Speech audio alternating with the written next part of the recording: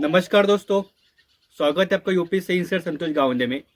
तो अब तक हमने पॉलिटी का जो पोर्शन था उनकी 30 सालों का पीवाईक्यू का एनालिसिस कर लिया है। अगर आपने उसके वीडियो नहीं देखे होंगे तो नीचे डिस्क्रिप्शन बॉक्स में उसकी लिंक है, प्लेलिस्ट की आपको मिल जाएगा।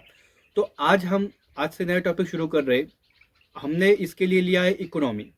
हम इकोनॉमिक के जितने भी 30 साल की पीवाईक्यू है, जैसे हमने पॉलिटी का साल एक एक ऑप्शन के ऊपर डिटेल से चर्चा किया, उससे भी ज़्यादा डिटेल की चर्चा हम इकोनॉमिक करेंगे, क्योंकि इकोनॉमिक में सबसे ज़्यादा पीवाईक्यू में बहुत इंपॉर्टेंट होता है उनकी की टर्म, की वर्ड, इनको पहचानना। तो ज़्यादा फोकस हम की टर्म की वर्ड पर फोकस करेंगे। तो सबसे पहले अब हम जो इकोनॉमी के पीवाईक्यू है उनका ट्रेंड एनालिसिस कैसा है, यूपीएससी किस ज़्यादा पोर्शन पर ज़्यादा फोकस करती है, उनको एक बार देख लेते हैं। फिर बाद में हम हमारे सब्जेक्ट समझ लेंगे, टॉपिक समझ लेंगे, हम किस किस तरीके से आगे हमारा क्लास शुरू करने वाले हैं। और उसी के अनुसार हम चैप्टर 1 के आज मैक्रो इकोनॉमी इसके पीवाईक्यू देखेंगे। तो चलिए ज़्यादा देर न करते हुए अब हमारे क्लास को हम शुरुआत कर देते हैं।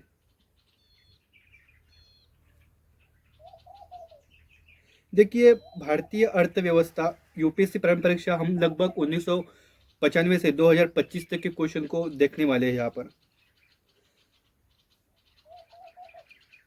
मतलब देखिए, इकोनॉमिक हमने कुछ इस सेक्शन में इकोनॉमिक के टॉपिक को यहाँ पर बांट रखा है, जिससे बृहद अर्थव्यवस्था मतलब समष्टि अर्थव्यवस्था, फिर सरकारी बजट, सरकारी लेखा, इस टॉपिक में इसको बांट रखा है।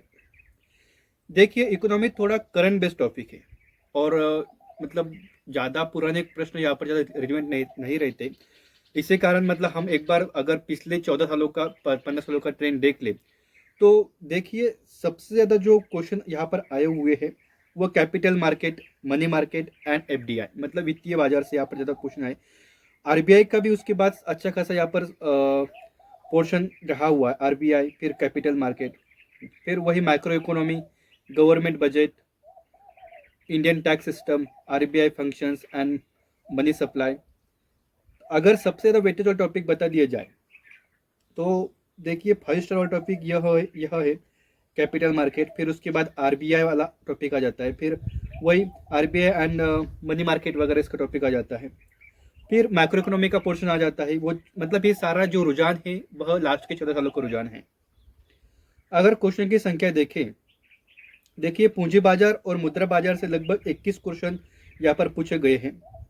कितने सालों में? लगभग 2011 से 2024 के बीच। उसके बाद आरबीआई और भारतीय बैंकिंग वित्तीय प्रणाली से लगभग 44 क्वेश्चन इन 14 सालों से पूछे गए हैं। पीवाईक्यू का एनालिसिस करने का हमारा मकसद यही रहता है कि सबसे ज़्यादा हाई वेटेज टॉपिक कौन सा है उनको देखें और उन्हीं के अनुसार हम उसमें कहाँ पर स्टैंड करते हैं, उसके अनुसार हमारी तैयारी आगे बढ़े। इसी के अनुसार हमारे इसलिए हम पीवाईक्यू ज़्यादा एनालिसिस करते हैं। फिर बाकी अदर ऐसे क्वेश्चन पूछे जाते हैं। अगर इनके सिलेबस में डीप में देखा जाए तो वही बृहद अर्थव्यवस्था में भारतीय अर्थव्यवस्था व्यापक, उसकी अवधारणा क्या है, विकास क्या होता है, जीडीपी, जीएनपी, पीपीपी, आपूर्ति व मांग मतलब मांग का नियम, मंदी व अन्य संबंधित शब्दावली इसमें महत्वपूर्ण हो जाती है। सरकारी बजट में वही सरकारी बजट, आर्थिक सर्वेक्षण वगैरह, सरकारी व्यय, घाटा, सरकारी ऋण का वित्त पोषण, भारतीय सार्वजनिक वित्त से संबंधित अन्य मुद्दे, वित्त से संबंधित विविध खाते, ये टॉपिक के अंदर के सब टॉपिक है जहाँ से ये कीवर्ड है और इसी के आधार पर ज़्यादा क्वेश्चन पूछे जाते हैं। उसके बाद करदम प्रणाली में वस्तु व सेवाओं के लिए जीएसटी, पिछले कर प्रणालियाँ, विभिन्न कर स्लैब, जीएसटी के प्रभाव, कॉर्पोरेट टैक्स, आयकर टैक्स, कर चोरी वगैरह वगैरह। आरबीआई के कार्य में देखिए ये सबसे 5 स्टार टॉपिक है। यहाँ पर आप मुद्रा आपूर्ति, मौद्रिक नीति, विदेशी मुद्रा प्रबंधन, भुगतान संतुलन, बैलेंस ऑफ पेमेंट, बीओपी जिसे हम कहते हैं, इसमें भी आरबीआई की विभिन्न कार्य वगैरह, विशेष रूप से मुद्रा आपूर्ति का, मुद्रा प्रबंधन, मुद्रास्फीति प्रबंधन, संबंधित मौद्रिक नीति, विभिन्न मौद्रिक नीति उपकरण जिसको SLR, CRR, O M O, repo rate, reverse repo rate, इस तरीके से भी यहाँ पर क्वेश्चन पूछे जाते हैं। ये मतलब इसका सब टॉपिक का सारा डिवीजन है। तो इन्हीं के आधार पर हम उसके बाद हमारा क्या कहते हैं, देखिए वही आरबीआई और बैंकिंग प्रणाली, वित्त प्रणाली में अन्य यहाँ पर फंक्शन पूछे जाते हैं। फिर पूंजी बाजार, मुद्रा बाजार, प्रत्यक्ष विदेशी निवेश। आपने अगर फाउंडेशन अपना पूरा किया होगा तो आपने सारे के सारे टॉपिक आपके नोट्स पर हाईलाइटेड होगी सारे की, मतलब आपने पढ़े होंगे, आपने नोट्स किया होगा। फिर उसी पोर्शन से कैसे कैसे क्वेश्चन पूछे जाते हैं उन्हें हम 30 साल का रुझान यहाँ पर देखेंगे। उसके बाद उद्योग, अंतर्राष्ट्रीय व्यापार, अंतर्राष्ट्रीय संगठन, जनसंख्या सांख्यिकी, गरीबी विकास, स्वास्थ्य और शिक्षा, समावेशी विकास, इसे समरूप से समग्र रूप से हम इसे कह सकते हैं। रोजगार और कौशल्य, फिर कृषि, फिर आर्थिक संस्थाएं और कानूनी कानूनी नीतियां, और फिर पंचवार्षिक योजना। देखिए अब ये टॉपिक इतना रिलेवेंट रहा नहीं, लेकिन एक बार इसे अगर इसको सबसे लास्ट में हम इसको डाला है। देखिए लगभग हमारा, अगर हम हर दिन एक एक टॉपिक का डिस्कशन करते हैं तो वैसे मतलब हमारा लगभग 15 दिन, ये 15 टॉपिक है, 15 दिन जाएंगे। लेकिन हम देखिए कुछ कुछ टॉपिक के थोड़े क्वेश्चन कम है, कुछ के ज़्यादा है, किसी में ज़्यादा समय लग सकता है, किसी में कम समय लग सकता है। जब समय ज़्यादा हो, जब जहाँ पर क्वेश्चन ज़्यादा हो वहाँ पर हम एक दो दिन में उसको टॉपिक को कवर करेंगे। जहाँ पर कम हो वहाँ पर हम एक दिन में दो दो टॉपिक कवर करेंगे, ताकि हमारा कुछ भी करके 10 दिन में ही सारा सिलेबस पूरा होना चाहिए। अगर अकेले पर्सन करता है तो फिर वो सिलेबस 2-4 दिन में हो जाता है, या फिर 1-2 दिन में हो सकता है। लेकिन क्या कहते हैं, एक एक ऑप्शन के बारे में डिटेल से हमें जानकारी प्राप्त करना है, और हमारे पास समय भी लिमिट में रहता है, ताकि हमारा क्लास लगभग 1 घंटे ज़्यादा ना बढ़े, और सारी चीज़ें लिमिटेड बैलेंस रहे। इसी कारण हम एक दिन में केवल एक ही टॉपिक उठाते हैं। इस तरीके से यह हमारा ट्रेन एनालिसिस हो गया। तो अब आगे हम बढ़ जाते हैं। सबसे पहले टॉपिक हम शुरुआत कर देते हैं हमारे।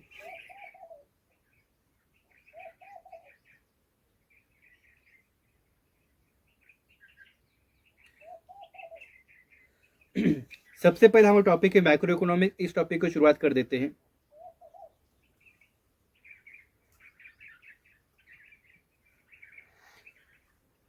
देखिए 2025 में इस टॉपिक से कोई क्वेश्चन नहीं पूछा गया था, लेकिन 2024 में इसका क्वेश्चन था, और काफी अच्छा इंटरेस्टिंग क्वेश्चन था। जो मतलब अर्थव्यवस्था के क्षेत्र है उनसे क्वेश्चन पूछ जाते हैं, जिसमें हम मतलब कहते हैं प्राथमिक क्षेत्र, द्वितीय क्षेत्र, तृतीय क्षेत्र, टर्टियरी क्षेत्र, पंचम क्षेत्र, इसके बारे में देख लेते हैं। तो उसी टॉपिक से क्वेश्चन पूछा गया है, और थोड़ा सा मतलब थिंकिंग बेस्ड ये क्वेश्चन है, ज़्यादा विचार करने वाला क्वेश्चन यह है। देखिए यहाँ पर सबसे पहले पूछा गया है कि भारतीय अर्थव्यवस्था के क्षेत्रों के संदर्भ में निम्नलिखित युगों पर विचार करें। और यहाँ पर हमें आर्थिक गतिविधि पूछी गई है, और उसके वो किस क्षेत्र से संबंधित है वो पूछा गया है। देखिए पहला है कृषि उपज का भंडारण, ये द्वितीयक से जुड़ा हुआ है। देखिए ये इस तरीके से नहीं है, हालांकि द्वितीयक से नहीं जुड़ा हुआ है। देखिए कृषि क्षेत्र का जो भंडारण है ये प्राथमिक है। वन सेकंड, थोड़ी थिकनेस कम कर लेता हूँ। थिकनेस कम क्यों नहीं हो रही उसकी?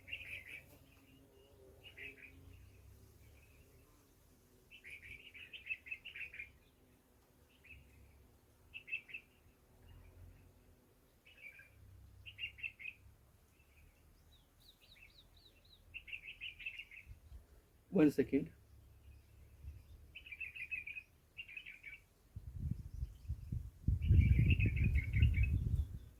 हाँ अब ठीक है। देखिए कृषि उपज का भंडारण यह प्राथमिक क्षेत्र से जो जुड़ा हुआ है, प्राथमिक क्षेत्र से यह जुड़ा हुआ है। लेकिन ये जो गतिविधि है ये द्वितीय क्षेत्र में नहीं आती है, क्योंकि यहाँ पर कृषि उपज का केवल भंडारण किया जा रहा है, इसमें उसके ऊपर कोई प्रक्रिया नहीं की जा रही। इसी कारण ये जो कृषि उपज का भंडारण है, जैसे कि फॉर एग्जांपल कोई किसान अपना खेत से गेहूं निकलता है, और अभी मार्केट में उचित मूल्य नहीं होने के कारण वो उसे अभी बेचना नहीं चाहता है, लेकिन वो नज़दीक में एपीएमसी मंडी या फिर जो नज़दीक में गोदाम भंडार होता है वहाँ पर रखना चाहता है। तो केवल वहाँ पर कृषि उपज का भंडारण किया जा रहा है, वहाँ पर कोई उसके ऊपर प्रक्रिया वगैरह नहीं की जा रही है। इसी कारण यह जो पहली पेयर है वो यहाँ पर रॉन्ग हो जाती है। डेयरी फार्म प्राथमिक क्षेत्र से जुड़ा हुआ है जी, बिल्कुल सही। डेयरी फार्म मतलब वही पशुओं से दूध वगैरह निकल जाता है और फिर उसे आगे प्रोसेसिंग के लिए भेजा जाता है, तो डेयरी फार्म यह प्राथमिक क्षेत्र से जुड़ा हुआ है सीधा। खनिज का अन्वेषण ये तृतीय क्षेत्र से जुड़ा हुआ है। देखिए यहाँ पर यह भी कथन गलत हो जाता है। खनिज का अन्वेषण मतलब खनिज की यहाँ पर खोज की जा रही है कि कहाँ पर ज़्यादा खनिज होगा, कहाँ पर कौन कौन से मिनरल यहाँ पर मिलेंगे। लेकिन तृतीय क्षेत्र में यह नहीं आता है, क्योंकि देखिए खनिज का जो अन्वेषण है ये सीधा डायरेक्टली प्राथमिक क्षेत्र से जुड़ा हुआ है, प्राथमिक क्षेत्र से यह जुड़ा हुआ है। देखिए एक मतलब यहाँ केवल क्या हो रहा है, यहाँ मतलब केवल संशोधन किया जा रहा है, यहाँ पर कोई मतलब उत्खनन वगैरह नहीं किया जा रहा है, ठीक है। यह इसी कारण यह तृतीय क्षेत्र से संबंधित यहाँ पर हमें लगता है। लेकिन जो हमारा लगभग राष्ट्रीय औद्योगिक वर्गीकरण है, हमारा औद्योगिक वर्गीकरण 2008 का, 2008 के वर्गीकरण में जो खनिज अन्वेषण है इसे लगभग प्राथमिक क्षेत्र में रखा गया है, प्राथमिक क्षेत्र में रखा गया है राष्ट्रीय औद्योगिक वर्गीकरण में। इसी कारण ये ऑप्शन यहाँ पर गलत हो जाता है। देखिए खनिज का अन्वेषण मतलब यहाँ पर सेवाएं की जा रही है, इसी कारण ये तृतीय क्षेत्र में आना चाहिए। लेकिन वही मैंने कहा ना कि राष्ट्रीय औद्योगिक वर्गीकरण 2008 का है, यहाँ पर इस पोर्शन को प्राथमिक क्षेत्र में रखा गया है, इसी कारण ये ऑप्शन हमारा गलत हो जाता है।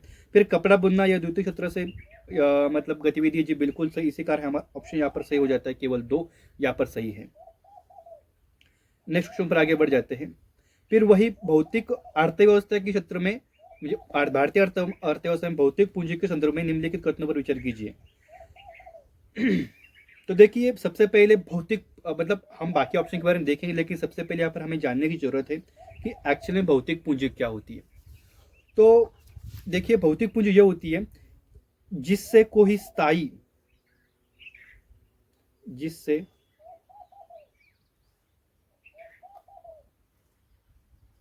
थोड़ा एक बार टेक्निकल ठीक कर दो, कल सिस्टम थोड़ा बिगड़ गया था। हाँ अब ठीक है। जिससे कोई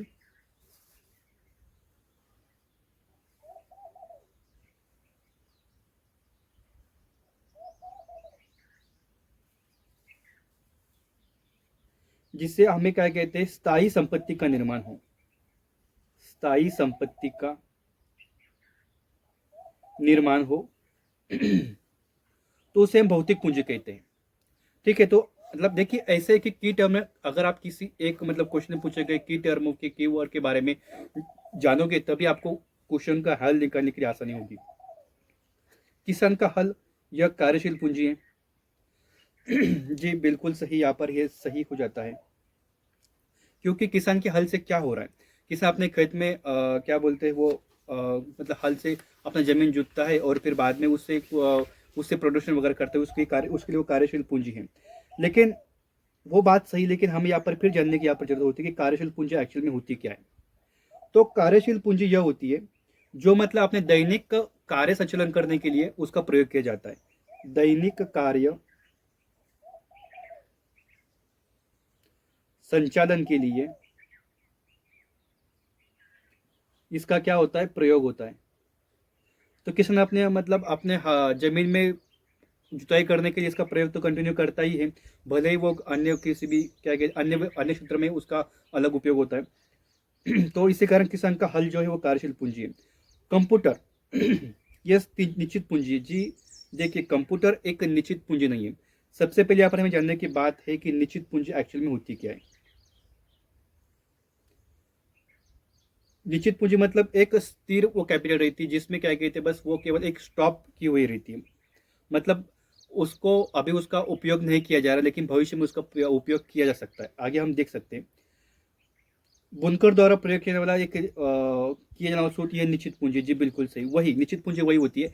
मतलब बुनकर द्वारा अभी मार्केट में कपड़े की डिमांड कम है, इसी कारण जब डिमांड ज़्यादा हो जाएगी तो बुनकर अपना धागा जो सूत काटा हुआ है उससे प्रयोग लाएगा और उसे आगे मार्केट में कपड़ा बनाकर मार्केट में स्प्रेड करेगा, तो वही उनकी एक निश्चित रखी हुई पूंजी है। लेकिन कंप्यूटर ऐसा नहीं है ना, कंप्यूटर एक कार्यशील पूंजी है। कार्यशील पूंजी क्योंकि कंप्यूटर दैनंदिन काम करता है, अगर कोई मतलब सेंटर चलता है तो वो उसका हर दिन का मतलब काम करता है, इसी कारण वो एक कार्यशील पूंजी है। पेट्रोल या कार्यशील पूंजी जी नहीं, पेट्रोल एक निश्चित पूंजी है। बाइक में, ट्रक में या फिर किसी भी अपने पूंजी क्या कहते हैं पूंजीगत वस्तु में आप ईंधन डालोगे और उससे आगे आपका काम हो जाएगा, आपसे उसे आमदनी प्राप्त होगी। तो पेट्रोल एक निश्चित पूंजी है लेकिन कार्यशील पूंजी, यहाँ पर थोड़ा सा मतलब देखिए कंप्यूटर जो है वो कार्यशील पूंजी है और पेट्रोल एक निश्चित पूंजी है। इसी कारण हमारे यहाँ पर पेड़ जो है वो 2 पेड़ यहाँ पर सही हो जाती है। चलिए आगे बढ़ जाते हैं। यदि संयुक्त राज्य अमेरिका अपने ऋण पर चूक करता है मतलब अपने ऋण का वो पुनर्वापसी नहीं करता है, ऋणों की वापसी नहीं करता है, ठीक वही, तो यूएस ट्रेजरी बॉन्ड के धारक भुगतान प्राप्त करने के लिए अपने दावों का प्रयोग नहीं कर पाएंगे। जी बिल्कुल सही है, कथन यहाँ पर सही हो जाता है। एक संप्रभु ऋण क्या होता है, संप्रभु ऋण यह होता है जो देयता के एक विश्वास पर दिया जाता है, वहां पर कोई जमा राशि यहाँ पर क्या कहते हैं कोई क्या बोलते हैं उसे, गवर्नमेंट द्वारा यह एक वहां पर कोई भी मतलब स्थायी रूप से ऐसा कोई मतलब मुझे वो वर्ड नहीं आ रहा हिंदी में, उसको मराठी में हमारे गहान बोलते हैं। मतलब कहीं पर आप उस वस्तु के बदले उसको रख देते हैं और उसके बदले आप कर्जा लेते हैं, वही मतलब मुझे उसको वर्ड अभी हिंदी में याद नहीं आ रहा है। उसे इस तरीके से ये गवर्नमेंट के विश्वास पर दिया हुआ ऋण रहता है। इसी कारण यूएस सरकार ऋण किसी भी हार्ड एसेट द्वारा समर्थित नहीं होता है, बल्कि ये सरकार के विश्वास से होता है। जी बिल्कुल सही। ये दोनों कथन एक दूसरे की व्याख्या भी कर दी, इसी कारण हमारा ऑप्शन यहाँ पर सही हो जाता है एक। यहाँ पर एक की टर्म हम यहाँ पर जान लेते हैं, संप्रभु ऋण। संप्रभु ऋण, संप्रभु ऋण क्या होता है? यह गवर्नमेंट के विश्वास पर दिया जाता है, गवर्नमेंट द्वारा दिया गया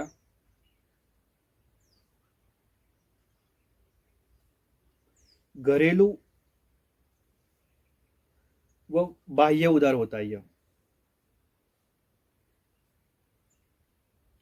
संप्रभु यह होता है, इसमें कोई स्थायी संपत्ति का निर्माण नहीं होता है, स्थायी नहीं, भौतिक संपत्ति का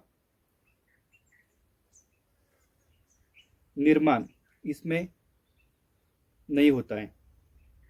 और यह केवल उधारदाता के मतलब उधारदाता केवल विश्वास से इसे देता है। ठीक है, चलो आगे बढ़ जाते हैं क्वेश्चन के ऊपर। 2023 का क्वेश्चन है, महामारी के बाद हाल ही के दिनों में दुनिया भर में कई केंद्रीय बैंकों ने ब्याज दरों में बढ़ोतरी की।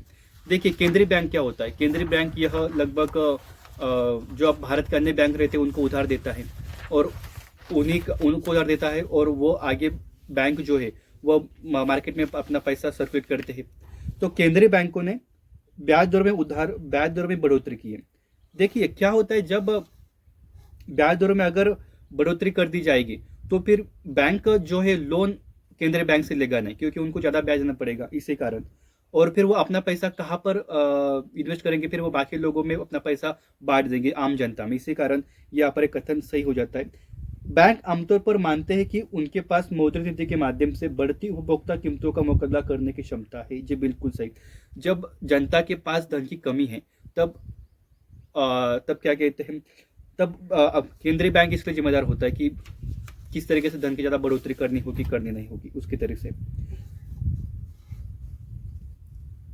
वह लगभग विभिन्न माध्यमों से उसका कंट्रोल किया जाता है, क्या रेपो रेट कम ज़्यादा करके। ठीक है, यहाँ पर दोनों कथन यहाँ पर सही है और एक दूसरे को व्याख्या भी करते हैं।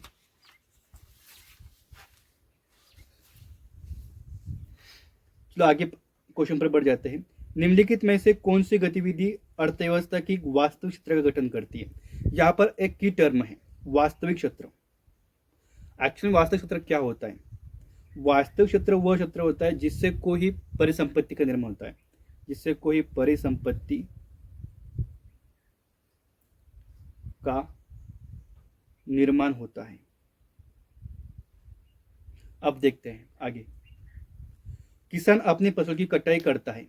जी बिल्कुल सही, इससे एक परिसंपत्ति का निर्माण हो रहा है। किसान अपनी फसल की कटाई की मार्केट में बेच सकता है, फिर उसकी आय सृजित होगी, फिर मार्केट में सारा पैसा सर्कुलेट होगा। कपड़ा मिल में कपड़ा मिले कच्चे कपास को कपड़े में परिवर्तित कर देती है। जी बिल्कुल सही। अगर कपड़ा मिल अपने कपड़ों को कच्चे कपास को कपड़े के रूप में परिवर्तित कर देता है तो वो मार्केट में जाएगा, बेचा जाएगा, वही अर्थव्यवस्था में पैसा सर्किट हो जाएगा। फिर एक वाणिज्यिक बैंक एक व्यापारिक बैंक को पैसा उधार देती है। एक कारपोरेट निकाय विदेशों में रुपया नामित बॉन्ड जारी करता है। देखिए ये एक वित्तीय सारे क्या कहते हैं, ये पूंजीगत क्षेत्र है। ये सारा क्या है? पूंजीगत क्षेत्र। देखिए एक वित्तीय बैंक दूसरे वित्तीय बैंक को पैसा दे रही, इससे कोई स्थायी संपत्ति का निर्माण नहीं हो रहा है। कोई एक कारपोरेट निकाय है वह विदेशों में जाकर मतलब मसला बॉन्ड जारी कर रहा है, उससे कोई स्थायी संपत्ति का निर्माण नहीं हो रहा है। यह एक यहाँ पर भौतिक परिसंपत्ति का निर्माण नहीं हो रहा है। इसी कारण हमारा यहाँ पर जो आंसर सही होगा केवल 1 और 2 यहाँ पर सही हो जाएगा। आर्थिक मंदी के समय निम्नलिखित में से कौन सा कदम उठाए जाने की अधिक संभावना है? आर्थिक मंदी मतलब जहाँ पर मुद्रास्फीति बढ़ती नहीं है बल्कि कम होती जाती है और बहुत नेगेटिव में झिल जाती है, उसी को आर्थिक मंदी कहा जाता है। वहाँ पर मतलब मार्केट में तेजी नहीं रहती है। वही ब्याज दर में वृद्धि के साथ कर की दरों में कटौती की जाती है। देखिए अगर ब्याज की दरें में वृद्धि कर दी जाएगी तो बैंक लोगों को ज़्यादा रेट पर उधार देगा। अगर बैंक लोगों को ज़्यादा रेट पर उधार देगा तो लोग उधार लेंगे क्या? नहीं लेंगे, क्योंकि उनको ज़्यादा रेट पर मिल रहा है ना। इसी कारण फिर एक मंदी की स्थिति और बढ़ेगी। इसी कारण कथन नहीं हो सकता है। सार्वजनिक परियोजनाओं पर व्यय में वृद्धि करना, जी बिल्कुल सही। देखिए, अगर जो सरकार है वो कल्याणकारी योजनाओं में ज़्यादा वृद्धि करती है तो लोगों के पास पैसा सर्किट होगा, लोगों के पास ज़्यादा पैसा जाएगा तो लोग ज़्यादा खर्चा करेंगे तो इससे ज़्यादा इनकम वगैरह क्या बोलते हैं बाकी उद्योग धंधों को फायदा होगा। और फारी बाकी में अर्थव्यवस्था में जो आर्थिक मंदी चल रही थी वो एक तरीके से थोड़ा सा उसको थोड़ा कम डाउन हो जाएगी। ब्याज दरों में कमी के साथ करों की दरों में वृद्धि करने। देखिए, अगर ब्याज दरों में अगर आप वृद्धि कमी करोगे लेकिन करों में अगर वृद्धि करोगे तो इससे क्या होगा, इससे लोगों के पास जो एक्स्ट्रा इनकम बच रही थी वो आप दोबारा सरकार के पास जा रही है। लोगों के पास एक्स्ट्रा इनकम जो मतलब ब्याज दर में कमी करने के कारण जो बच रही थी वो नहीं बच पाएगी क्योंकि टैक्स वगैरह ज़्यादा बढ़ गई। इसी कारण सार्वजनिक परियोजना पर व्यय में कमी करेंगे। अगर व्यय में अगर कमी करेंगे तो फिर लोगों के पास पैसा जाएगा नहीं। पहले ही मंदी की स्थिति है, लोग अपनी बचत अपने पास जो सेविंग है वो एक उनको ज़्यादा मार्केट में उनको स्प्रेड नहीं करेंगे। इसी कारण यहाँ पर सटीक जो ऑप्शन हो जाता है हमारा वह सार्वजनिक परियोजनाओं पर व्यय में वृद्धि, ये इसका सटीक सही ऑप्शन हो जाता है।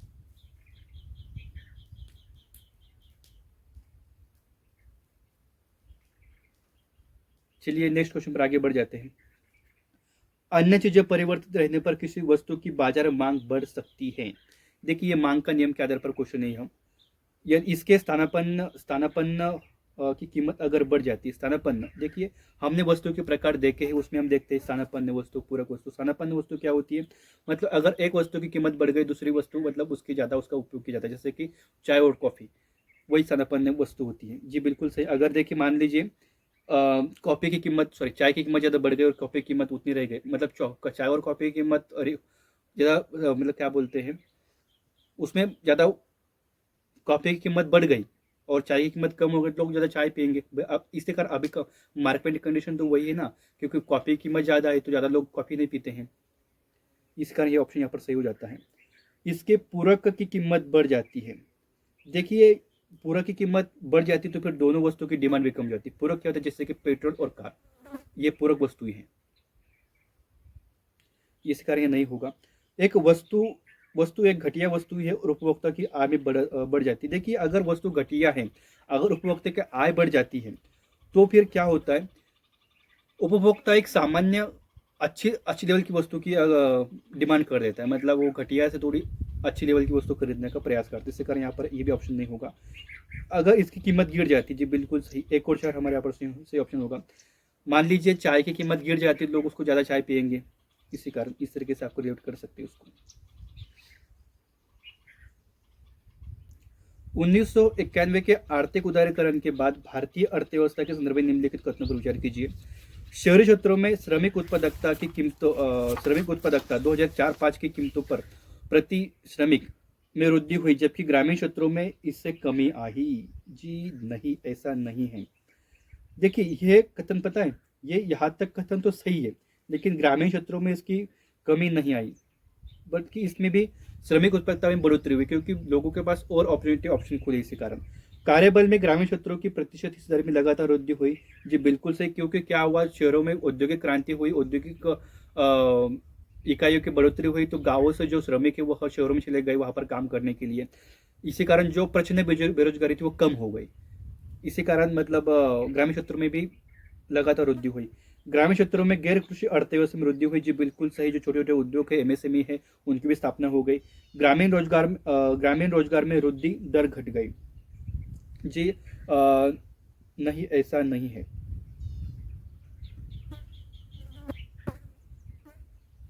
ग्रामीण रोजगार में वृद्धि दर घट गई।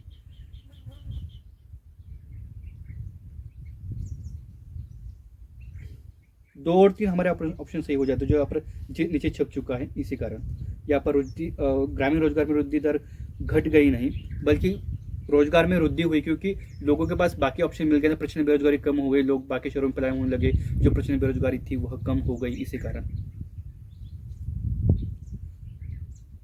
नेक्स्ट क्वेश्चन है हमारा 2019 का, क्रय शक्ति समता पीपीपी विनिमय दरों की गणना विभिन्न देशों में वस्तुओं और सेवाओं की एक टोकरी की कीमतों की तुलना करके की जाती है।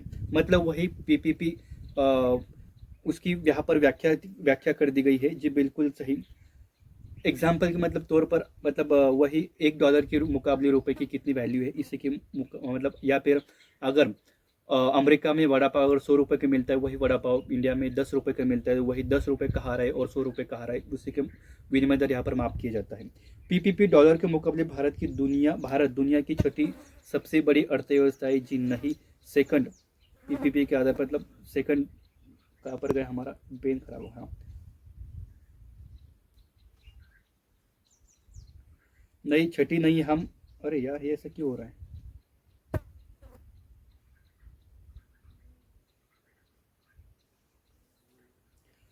छठी नंबर की नहीं हम, दूसरे नंबर की अर्थव्यवस्था, इसके कारण पहला कथन गलत सही हो जाता है। निम्नलिखित में से कौन सा कथन कानूनी निविदा धन का सही अर्थ बताता है।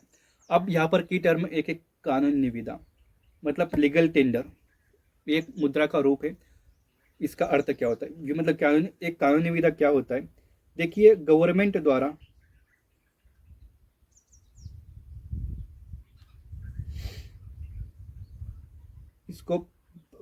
इसको प्रदान किया जाता है, थोड़ा पेन स्मूथ चल नहीं रहा है पता नहीं क्यों, और इसे बाजार में जारी किया कर दिया जाता है।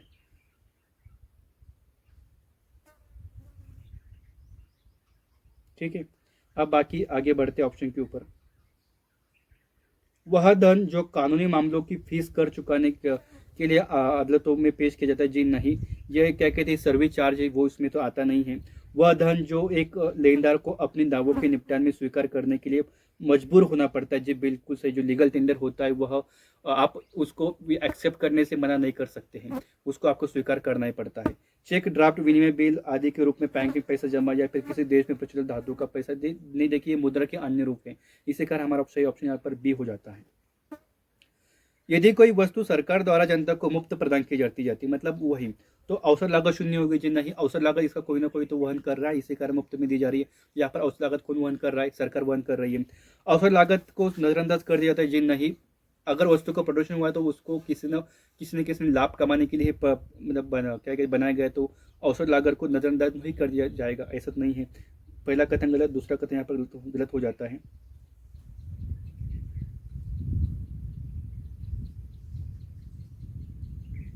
थोड़ा ज़्यादा ही हो रहा है ग्लिच। ठीक है, दूसरा कथन यहाँ पर गलत हो जाता है। अवसर लागत उत्पाद के उपभोक्ताओं से कर का भुगतान करने वाली जनता को हस्तांतरित कर दिया जाता है जी बिल्कुल सही। देखिए सरकार के पास पैसा कहाँ से आता है, वो तो टैक्स के माध्यम से सृजन करती है, और उन्हीं के द्वारा फिर टैक्स बढ़ाकर टैक्स जो पैसा बनता है उसी के द्वारा सरकार किसी विविध कल्याणकारी योजना चलाती है, तो इसी कारण ये ऑप्शन यहाँ पर सही हो जाता है। अवसर लागत उत्पाद के उपभोक्ताओं से सरकार को हस्तांतरित कर दिया जाता है जी ऐसा नहीं है। यहाँ पर तीसरा ऑप्शन हमारे यहाँ पर सही हो जाता है। अवसर लागत एक्चुअल में होता क्या है, अवसर लागत वही होता है कि अगर किसी एक वस्तु से आपको फायदा मिलने वाला था और उस वस्तु को प्राप्त करने के लिए आपको बाकी अदर वस्तु से जो फायदा मिल रहा था आपने उनको छोड़ दिया, तो उनसे जो आपने छोड़ी गई वस्तु उनसे को जो फायदा मिलने वाला था वही आपकी अवसर लागत हो गई। निरपेक्ष और प्रति व्यक्ति वास्तविक जीएनपी में वृद्धि आर्थिक विकास के उच्च स्तर को नहीं दर्शाती है। एक्चुअल में जीएनपी होती क्या है, जीएनपी मतलब सकल घरेलू उत्पाद, ग्रॉस नेशनल प्रोडक्शन। तो देश के नागरिक जो मतलब भारत में भी रह रहे जो जिनका भारत से बाहर भी क्या कहते फैक्ट्री वगैरह है, उनके द्वारा जो काम किया जा रहा है, उनके द्वारा जो मतलब कमाई की जा रही है, उन्हीं को मतलब हम जीएनपी कहते हैं। तो अगर ये मतलब आर्थिक विकास के उच्च स्तर को नहीं दर्शाती, क्या नहीं मतलब क्यों दर्शाती, औद्योगिक उत्पाद कृषि उत्पाद के साथ तालमेल रखने में विफल होता है जी ऐसा नहीं है। कृषि उत्पादन औद्योगिक उत्पादन के साथ तालमेल रखने में विफल होता है जी नहीं, ऐसा यहाँ पर कोई मतलब इनका कोई दोनों का ऐसा कोई यहाँ पर खास विशेष उल्लेख नहीं है। गरीबी और बेरोजगारी अगर बढ़ती है तो ये इसका सही आंसर है। देखिए अगर क्या कहते हैं गरीबी और बेरोजगारी बढ़ती रहेगी तो भले ही लोगों का क्या कहते हैं जीएनपी में बढ़ोतरी होगी, लेकिन वह आर्थिक विकास नहीं दर्शा पाएगी, केवल कुछ ही लोग ज्यादा विकास कर पाएंगे, आर्थिक असमानता ज्यादा बढ़ेगी। इसी कारण उच्च बचत अर्थव्यवस्था होने के बावजूद भी पूंजी निर्माण के परिणाम स्वरूप उत्पादन में उल्लेखनीय वृद्धि नहीं हो सकती है, क्योंकि देखिए पूंजी निर्माण, अब यहाँ पर हम देखते हैं कि देखो ऐसे हमें इकोनॉमिक में हर एक कीवर्ड थोड़े देख ली। पूंजी निर्माण क्या होता है? पूंजी निर्माण मतलब पूंजीगत वस्तु से यह संबंधित है।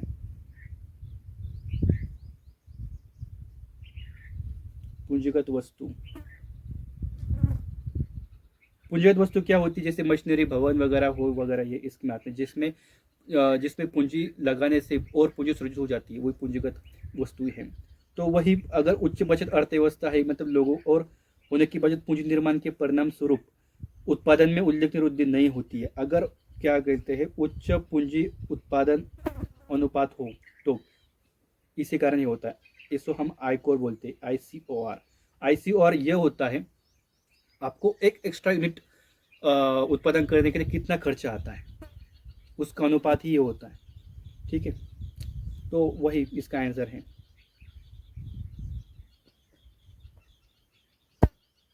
1991 की आर्थिक नीतियों के उदारीकरण के बाद भारत ने निम्नलिखित में से क्या हुआ था? तो जीडीपी में कृषि का हिस्सा बहुत बढ़ गया था। जी बिल्कुल सही, नई टेक्नोलॉजी वगैरह आ गई थी।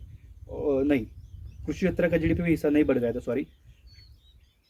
उस टाइम मतलब इतना नहीं बढ़ गया था, वो तो मतलब हमारे हरित क्रांति के दौरान हो गया था।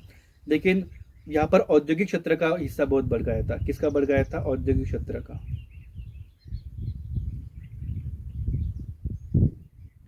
विश्व व्यापार में भारत के निर्यात का हिस्सा बढ़ गया था। जी बिल्कुल सही, क्योंकि भारत ने अपने बाजार बाकी देशों के लिए खोल गया था। एफडीआई के प्रभाव में वृद्धि हो गई। जी बिल्कुल सही, एफडीआई की मतलब अनुमति दी गई थी। भारत की विदेशी मुद्रा भंडार में बहुत वृद्धि हो गई। जी बिल्कुल सही, निर्यात में अगर वृद्धि हो गई, निर्यात बढ़ गया, तो इसी कारण हमारे पास फॉरेक्स रिजर्व भी बढ़ गई। इसी कारण हमारा आंसर जो होता है वो बी हो जाता है यहाँ पर सही। भारत की अर्थव्यवस्था के संदर्भ में निम्नलिखित कथनों पर विचार कीजिए। पिछले दशक में वास्तविक सकल घरेलू उत्पाद उत्पाद की वृद्धि में लगातार वृद्धि हो रही है। जी देखिए, अर्थव्यवस्था में एक ऐसा है कि कोई भी टर्म यहाँ पर लगातार नहीं बढ़ता है। ठीक है, इसी कारण यहाँ पर गलत कथन गलत हो जाता है। बाजार मूल्य पर क्या कहते जीडीपी रुपए में पिछले दशक में लगातार बढ़ रहा है। जी बिल्कुल से, मतलब वही रुपए का मूल्य डॉलर की तुलना में बहुत लगातार बढ़ता जा रहा है। वो मतलब बढ़ता बढ़ता बढ़ता अभी तक 90 पार तक चला गया था। इसी कारण यहाँ पर हमारा कथन दो यहाँ पर सही हो जाता है। अंतर्राष्ट्रीय तरलता की समस्या निम्नलिखित अनुप्रदा के संबंधित है। मतलब अंतर्राष्ट्रीय तरलता क्यों आती है? अंतर्राष्ट्रीय तरलता एक्चुअल में होती क्या है, उसको एक बार देख लेते हैं। अंतर्राष्ट्रीय तरलता में मुद्रा का क्रय मूल्य मापा जाता है। मुद्रा का क्रय मूल्य मापा जाता है। फिर 1 सेकेंड है, थोड़ा सा मतलब ये हमारा थोड़ा सिस्टम थोड़ा सा ग्लिच कर रहा है, मुझे 1 सेकेंड दीजिए। तो एक इस क्वेश्चन को देख लेते हैं एक बार। तो देखिए, अगर सोना और मतलब देखिए, माल सेवाएं से संबंधित है। जी नहीं, इससे संबंधित नहीं है। सोना और चांदी, जी नहीं, इनका इस्तेमाल क्या कहते हैं, इंटरनेशनल मुद्रा भंडार में इनका प्रयोग होता है। डॉलर व अन्य कठोर मुद्राएं अंतरराष्ट्रीय में इनका प्रयोग होता है। जी बिल्कुल सही, निर्यात योग्य अधिशेष नहीं। विदेशी मुद्रा का स्रोत, यह विदेशी मुद्रा का स्रोत है, लेकिन यह मुद्रा आसानी से स्वीकारनी होगी, यह कहा नहीं जा सकता। इसी कारण तो एक बार इस क्वेश्चन को देख लेते हैं। किसी अर्थव्यवस्था में कर जीडीपी अनुपात में कमी निम्नलिखित में से क्या दर्शाती है? देखिए, कर जीडीपी होती क्या है? थोड़ा सिस्टम ग्लिच करे से अगर हम इस क्वेश्चन को लिख लेते हैं और थोड़ा सा मैं इसको सेटअप कर लेता हूँ मैं। कर जीडीपी होती क्या? अगर मतलब सरकार को टैक्स के रेवेन्यू से कितना पैसा मिलता है, वह कर जीडीपी होती है। तो वो क्या दिखाती है? अगर इसमें कमी आती है तो वो क्यों दिखाती है, मतलब क्या इसमें कमी क्यों आती है, उससे के यहाँ पर कारण पूछे जा रहे हैं।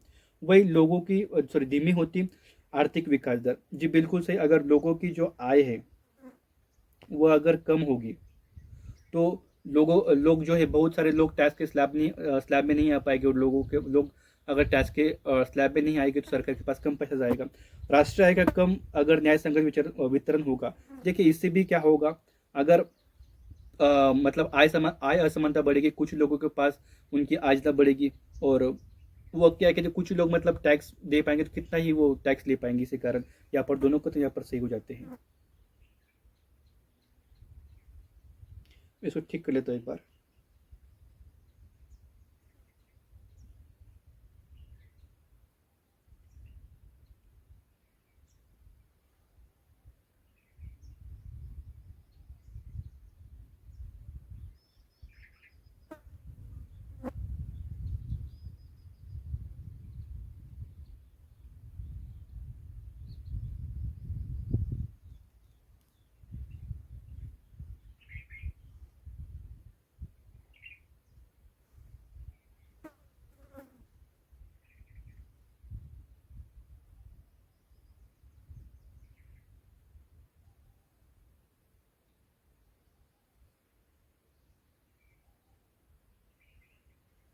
चलो अभी ठीक होगा, ये थोड़ा सा भी ठीक से काम कर रहा है।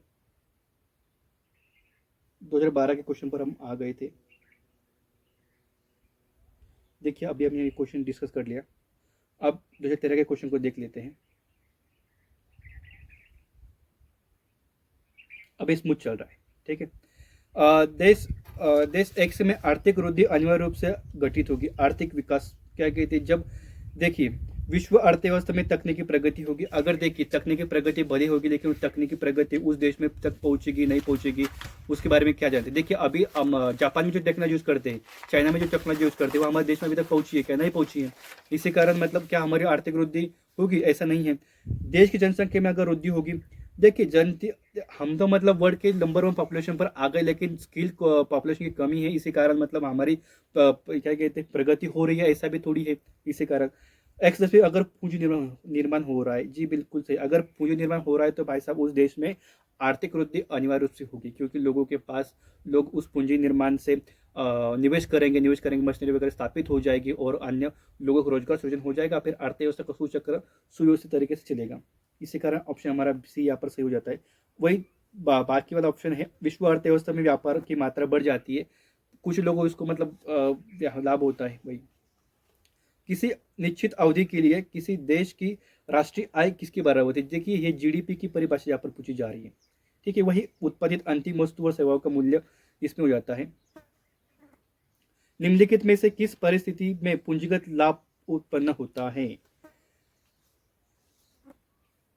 देखिए सबसे पहले यहाँ पर देखना पड़ेगा कि पूंजीगत लाभ होता क्या एक्चुअल में। पूंजीगत लाभ यह होता है कि खरीदी हुई एसेट, जो आप क्या कहते हैं, आपने अगर कोई संपत्ति खरीद की, अगर उसके मूल्य में बढ़ोतरी हो गई तो वही हमारे पूंजीगत लाभ होगा। मान लीजिए ठीक है, फॉर एग्जांपल आपने सोना खरीदा, ठीक है, अभी सोने का रेट जो भी चल रहा हो, बाद में जितना सोने का रेट बढ़ेगा तो वो आपकी पूंजीगत लाभ ही होगा ना। जैसे मान लीजिए आपने मान लीजिए कि पेंटिंग खरीदी, अभी वो लगभग आपने मान लीजिए हम एक टेम्परेरी एग्जाम्पल ले रहे हैं, चार क्या कहते हैं लगभग 50 करोड़ में खरीदी, और भले कल मतलब 2-3 दिन बाद ही उसकी अगर प्राइस लगभग क्विक बढ़कर 100 करोड़ हो जाती है, तो फिर आपको पूंजीगत लाभ ही होगा। ऐसा इस तरीके से वही वही होता है पूंजीगत लाभ। जब किसी उत्पाद की बिक्री में वृद्धि हो जाती है, देखिए बिक्री में अगर वृद्धि हो जाती है ना, तो उसको जो उत्पादक है उसको लाभ हो जाता है। इसी कारण बिक्री में वृद्धि होने से पूंजीगत लाभ हमें नहीं होता है। जब स्वामित्व वाली संपत्ति के मूल्य में स्वाभाविक रूप से वृद्धि होती है, जी बिल्कुल सही। जब आप एक पेंटिंग खरीदते हैं, इसकी लोकप्रियता में वृद्धि के कारण इसके मूल्य में वृद्धि होती है, जो अभी हमने एग्जाम्पल देखा, वही इसका सही आंसर है। 2 और 3 ही इसका सही आंसर हो जाता है। भारतीय अर्थव्यवस्था के संदर्भ में निम्नलिखित कथनों पर विचार कीजिए। पिछले 5 वर्षों में सकल घरेलू उत्पाद में लगातार वृद्धि की जा हो रही है। देखिए 2018 का क्वेश्चन है, और 2008-9 के दरम्यान आर्थिक महामंदी भी आ गई थी। इसी कारण लगातार वृद्धि हो रही है, तो यहाँ पर कथन गलत हो जाता है, ठीक है। पिछले 5 वर्षों में प्रति व्यक्ति आय लगातार वृद्धि हो रही है। देखिए लगातार, देखिए मैंने कहा ना कि इकोनॉमिक में कोई भी कंडीशन लगातार बढ़ती नहीं रहती, उसमें उतार चढ़ाव आता रहता है। इसी कारण यहाँ पर ये भी कथन गलत होता है, और हमारा आंसर न डी हो जाता है। देश की विकास आर्थिक विकास आमतौर पर किसके साथ जुड़ा हुआ है। अपस्फीति। अपस्फीति क्या होता है, मतलब ये मुद्रास्फीति के विपरीत है। वहां पर कीमतें बढ़ती नहीं है, कीमतें घट जाती है, मतलब यहाँ पर मंदी किसकी आ जाती है, मुद्रास्फीति। देखिए इससे जुड़ा हुआ है, क्योंकि देखिए मुद्रास्फीति अगर बढ़ेगी, एक यहाँ पर धारणा है कि मतलब अगर आपके देश में मुद्रास्फीति बढ़ रही है, अगर आप जीडीपी अगर बढ़ रहा है, तो फिर इससे बेरोजगारी में कमी आ जाती है। बेरोजगारी में कमी आ जाती है। वही मतलब कैसे कमी आ जाती है कि अगर महंगाई बढ़ रही है, लोग ज़्यादा काम अगर करेंगे, लोगों के पास पैसा आएगा, लोगों के पास पैसा आएगा तो लोग उससे बचत करेंगे तो फिर लोग आगे उसका निवेश करेंगे, निवेश करने के बाद उससे संपत्ति का सृजन होगा, फिर बाकी आने लोगों को रोजगार देंगे, रोजगार लोग देंगे, लोगों के पास आय बनेगी, फिर ऐसा अर्थव्यवस्था का पूरा सूचक्र चलता रहेगा। इसी कारण ये आर्थिक विकास निम्नलिखित में से मतलब क्या कहते हैं मुद्रास्फीति से जुड़ा हुआ है। मुद्रास्फीति ये मंदी, देखिए इससे क्या होता है, कीमतें धीरे धीरे धीरे बढ़ती है, एकदम से नहीं बढ़ती, इसी कारण विकास की रफ्तार भी धीरे धीरे हो जाती है। अति मुद्रास्फीति, देखिए अति मुद्रास्फीति हो जाएगी तो इससे किसी को लाभ नहीं होगा, इससे आर्थिक जो इकोनॉमिकल कंडीशन वो पूरी कोलैप्स हो जाएगी। इसी कारण सही ऑप्शन यहाँ पर बी हो जाता है। बंद अर्थव्यवस्था वह अर्थव्यवस्था है जिसमें न तो आयात होता है नहीं आयात और निर्यात होता है। इसी कारण ऑप्शन सही हो जाता है। देखिए हमने लगभग यहाँ पर 2024 लेकर 2011 तक की पीवाई का एनालिसिस कर लिया। कल के सेशन में हम 2010 से लेकर हमारा जो पोर्शन बचा हुआ है 1995 तक का, उस पोर्शन को एक बार देख लेते हैं। और फिर हम नेक्स्ट टॉपिक को कल शुरुआत करेंगे। आज हमारा इंट्रोडक्शन क्लास भी था, थोड़ा हमारा समय वहाँ पर भी गया। अगर वहाँ पर हमारा समय नहीं जाता तो हम उस पोर्शन को भी आज ही कवर कर लेते। तो आपका आज के सेशन में आने के लिए बहुत बहुत धन्यवाद। तो चलिए कल मिलते हैं कल के सेशन में, तब तक के लिए नमस्कार।